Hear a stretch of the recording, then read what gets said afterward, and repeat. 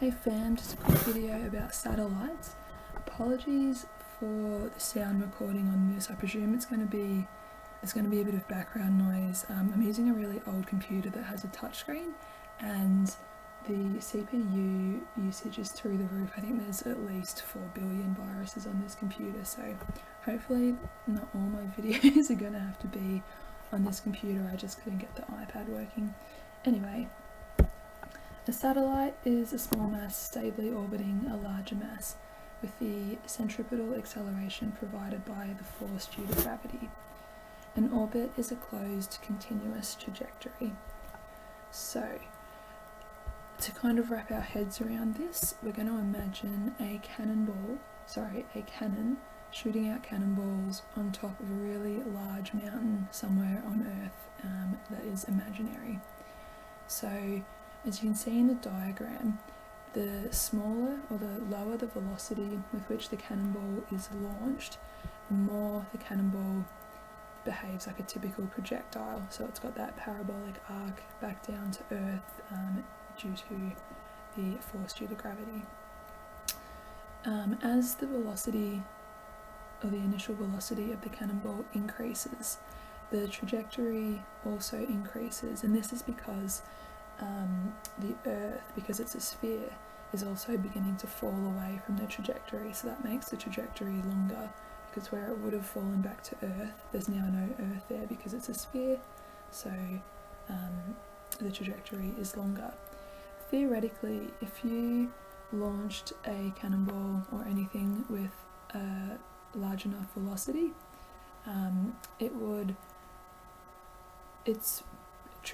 its trajectory would be parallel to the surface of the Earth. So the surface of the Earth would be falling away at the same rate that the cannonball is falling towards the Earth. So it would then enter this closed continuous trajectory, otherwise known as an orbit. Hopefully as well you can see, based on our work with centripetal acceleration and centripetal force, that the force is constantly changing, but it's always directed towards the center of the Earth, or whatever the mass is that's providing the gravitational force. So the force due to gravity attracts the projectile, but the tangential velocity of a satellite or a projectile that's in an orbit is so significant that the trajectory is equal to the planet's curvature. So in this section of satellites, the expectation is for stage 2 that you'll be able to explain why the centers of circular orbits of the Earth's satellites must coincide with the center of the Earth.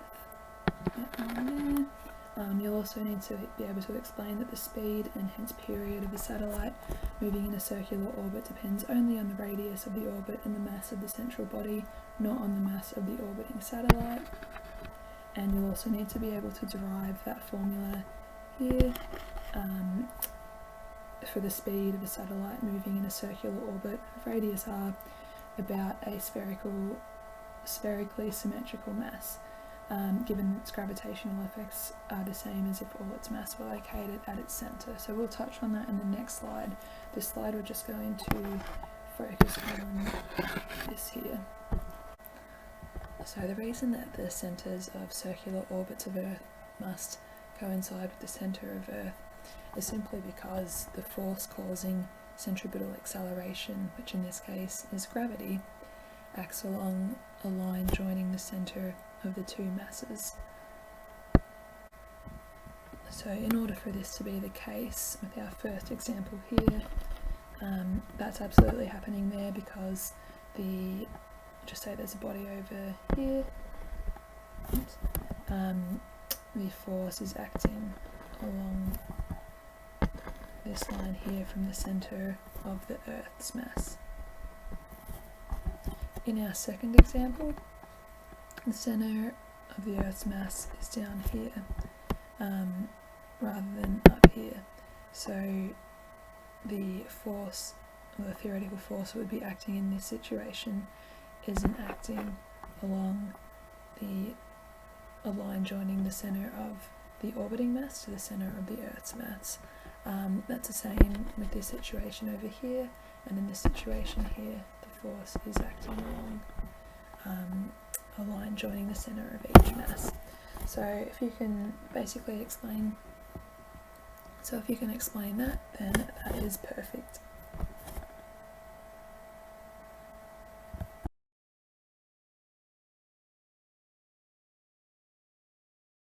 So given that the force due to gravity is equal to the centripetal force in this case, we can say that the G and then smaller mass, bigger mass over R squared is equal to mv squared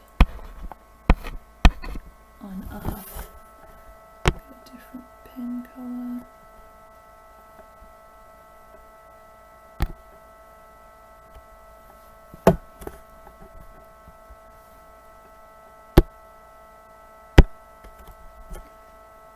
So we can cancel out m on this side and m on this side. We can also cancel out r over here and 1r on this side.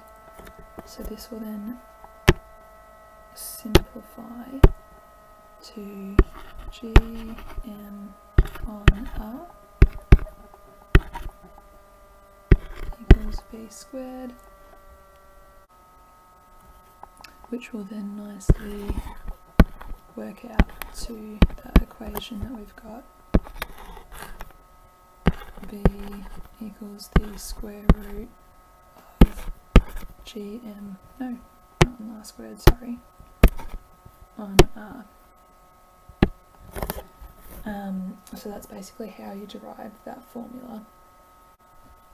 We can see because the masses of the satellite, so the little m, they cancel out. You can see that the speed is only dependent on the mass of the larger central body.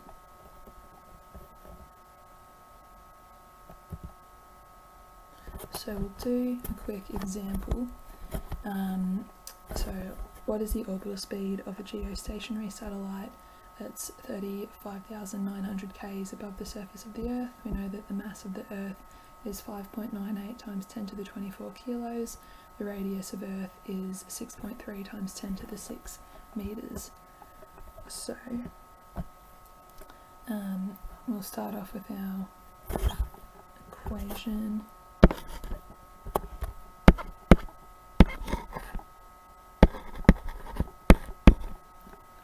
We know that the G is a gravitational constant, and that's 6.67 times 10 to the negative 11. So V equals 6.67 times 10 to the negative 11. M of the Earth is 5.98 times 10 to the 24 kilos. And our radius is going to be 6.37 times 10 to the 6 plus our 35,900 kilometers, which will be that times 10 to the 3 meters. So this will work out to be around 3,000. I need to get better at writing on this. Well, hopefully I won't have to. Hopefully we can use the iPad. So that'll end up being 3,074.4 meters per second. So that's how you do an average question like that, as long as you can explain why the centers of circular orbits have to be around the center of Earth, and that you can explain the speed and period of a satellite moving around a circular orbit is dependent only on its radius from the center of the central body as well as the mass of the central body, and that you can derive this formula, then you'll be all good to go for this section of satellites.